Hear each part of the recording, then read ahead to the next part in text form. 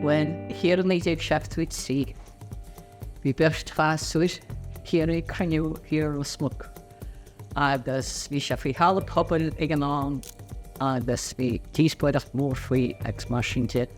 Dwrt yn chi, cef os y dewl lach i olis y pain, roedd y cyn ffwy. Agus, edrych eisiau, hom e hen i'w gysmol. Ond fferr yma gan y mas lys i gynnom, gan y dynwyr. Y mas y gor, agus, os mwyd cain ex machine jet, agus buíochas. Clwn hocrad yn gewyd maf clwys gweig I gas. Hw se bhaim go mór orm, mar iall rial na gaige, agus chorus na cineachta, agus an cumarsáid a bhí idir mutain, muintóirí, scoláirí, muintear na háite, mrátaí, ceapascra se thar bar. A tharrod is mó a dheithin me sin na bhar ó córasan a dibrí go hí tamáid. Bhí se le feiceáil le. Ba chéad fuair sa bhí agam sa bhí me se gobar é agus má teata dathí ar fuair sa chóras ma hain agus focail aici agus bhí si onanta fáte onanta gotha ach fan darna seachtain bhí si bre albert a Lord. Do múna gailge gon tíre lug ach tú a dionne trí bhean an phobal agus credim go láidir go sé an táhachtach go maire an teanga go nádú ar a gcuid sin agus go bhfuil fáilte isteach an sin rih chola ghine agus go háirid dégurí ógan na tíre. Tá is cín 7,000 teanga á lábhairt ar fud a dáhain. Ach an cáin sainiúil speisialta uathúil atá aine an seo mar éireanlaí an ghaeilge. Agus is fuinneoig áiliche í sin an réalachas mar a higgins muide. An conceap sin gur féidir an leige churcha cín I mealaí spríúla sóisialta a gcólaí. Fecinn siad sin slimps na síthe, cais le muoise i tí, cais le baratí, cais le drama was, cais le daoine se siúpa. Cumacáid bhfuil siad le Coláiste Chamuis, plusin siad an smaoinemh céan na gcólaí. An ghaeilge is fiúí labhairt, is féisí labhairt agus is teanga beoí. Go dtí an scoláirí a hagans ar chósaí I Coláiste Chamuis gur teanga bheo í an ghaeilge. An spirit amas na scoláirí agus an spéis a bhí acu agus an tionachar a bhí againn orthú. Chéadí se bhaile gan a bhíon an labhairt I Merle. The term se gcónaí go mbeadh trúr fearr I mo híal hir a Coláiste Chamuis, garúid colm agus Stefan, iad fós I mo híal, buíochas mór le dia, agus montóirí agus cóide agus ar nóí fearr céile Stefan am freisin. Hit mé in rá go hilas go hamláin I leis an ghaeilge agus le muintear na háite hir a gamas agus saoil na gaeilge. Tá níor sin daoine inis buinte leis a Coláiste thar na blianta. Gur féidirling duldan is áit a bib sa tír agus búlamid le daoine a tréimhse Coláiste Chamuis nó a chuir a gasóir Coláiste Chamuis nó a bhún a daibrig Coláiste Chamuis agus sin an rud is mó, just is ceangail saoil atá agan leis an rud inis. Cosmans ar a chéile an seo, so ní bheitha ag súil bula le ban as dúna ná an seo ach bhí mé ansásta gur tháinig si. Tá go leor cin an tlúchar seogam sa ón ó Coláiste Chamuis. Ar an tú anachnar ghaoine agus cían bína nasc fíor láidir an seo.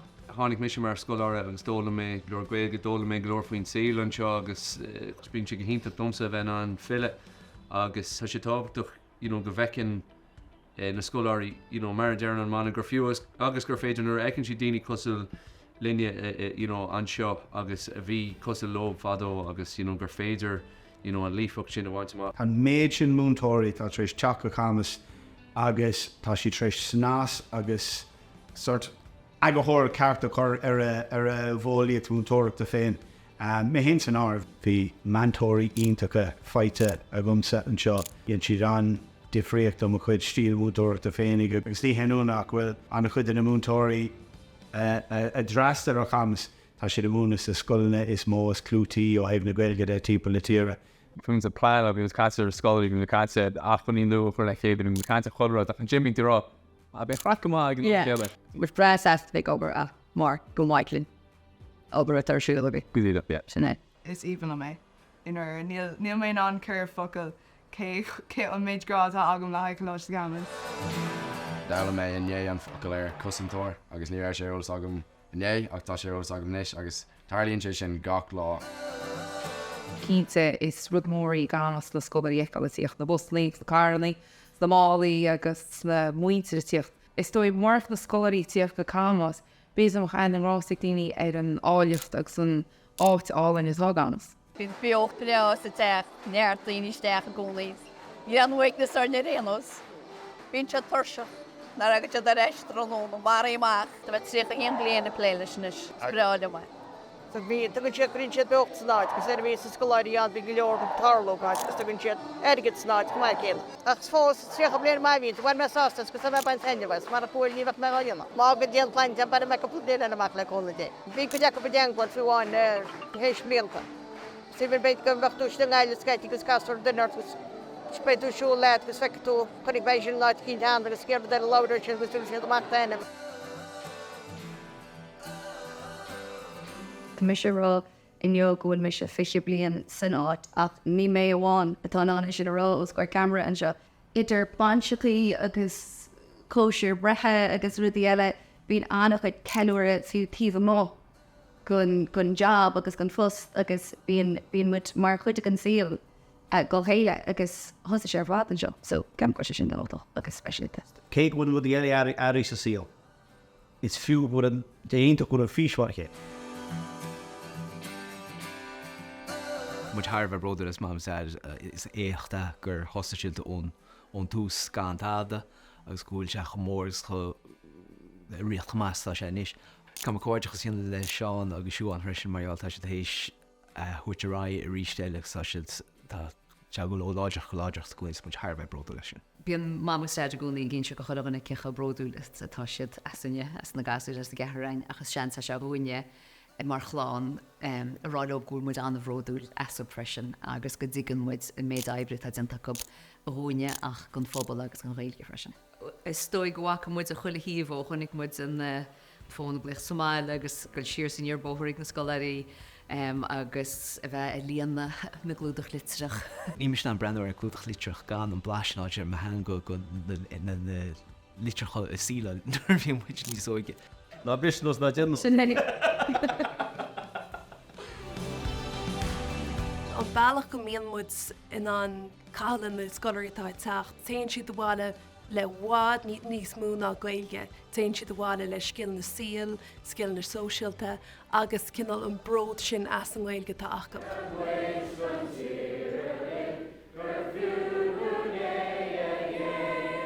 Go bhfuil na glúnta ar fad a caiinte na chéiles, go bhfuil an dramóg a gúnaí a fóla món dram atá ní sin na iad. Agus a bháilir freisin mar somí rud tá muid an anna ólam ón géad glúna a freisin.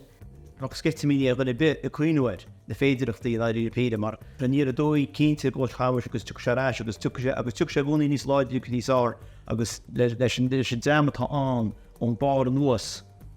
Tá smuointí íntacha internet ceí go was má an bhilge sin thuirt ag í ché bhfuil net. Tá an príomhaid is na nespríomhaid móhin muid is sáir sa tí aine ó híomh agrúte ó híomh sprágate agus. Tá difriocht an it a bheith a bheith caiint gaige ag bheith gailech.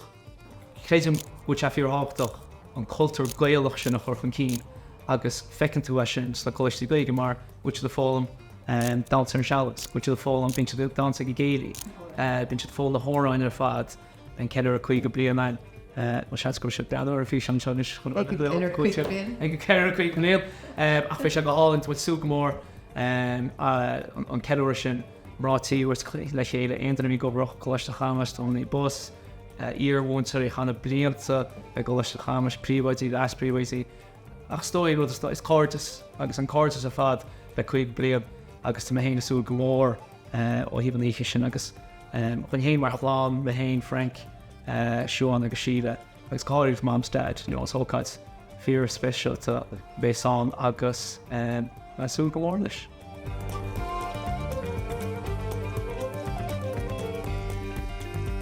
Chus planáil teanga Harbh practicúil an obair íonóid.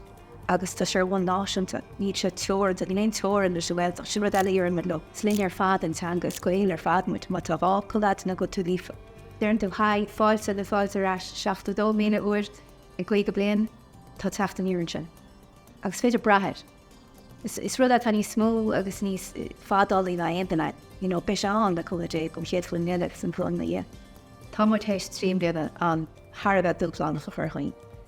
Sin á smó hín deisiad agus spáid cuiúir tain agus breir méid a tudíanta agus an méid gohhétíí an is cotíar a chuin le ruína cinát go féad bar fás chuirdaí. Agus cichaíháin an tú tíbhtí go nu tá gobar hanahéin. Is primléide agus tá freigachtas ach tá me geíon. Fiú gur dúhlá is tátáling bhfuil an bhirrta an takeíocht an bhirtá héal. Agus is máin ché fá mu rá, Tá muid Harbheith difri. an lefiú leis. Ó híú le tegan de na choistí is i cheán gan na tunscoh is táhtaí sa tíad go anlán. Sa méfach an sa má. Ag déadú le tá go leor go bhach na tegan go bhach buiseach na gaige tar éis teachtas na choistí gaige agus crochín tú pobl tegan agus tá se chad a tábhalach. Go leanna sé sin ra. Tá mé broidir is cean. Siad an gláine, siad an nasúriad, sal bhfuil mit plé le choistí be cégur tóúid ar indict cean bhhacha agus chantaí ar éh agus a pón seo a choiste chamis mar muir an síl níor. Bhí dílis go níos atá agaí go na tradiisiúine tá agaí inmhór meach héin. Ná bí faoi smacht ag an nám a cathú ach tar leat a bhuirtú ó nám a cathú, chuir do chuma héin éir, léire gon síl móra agus cuinigí arí le beocht, le spirid, le misneach, le creide gur fiú agus gur féidir líb éis. Agus cenne ílóp. Agus go maiile míid go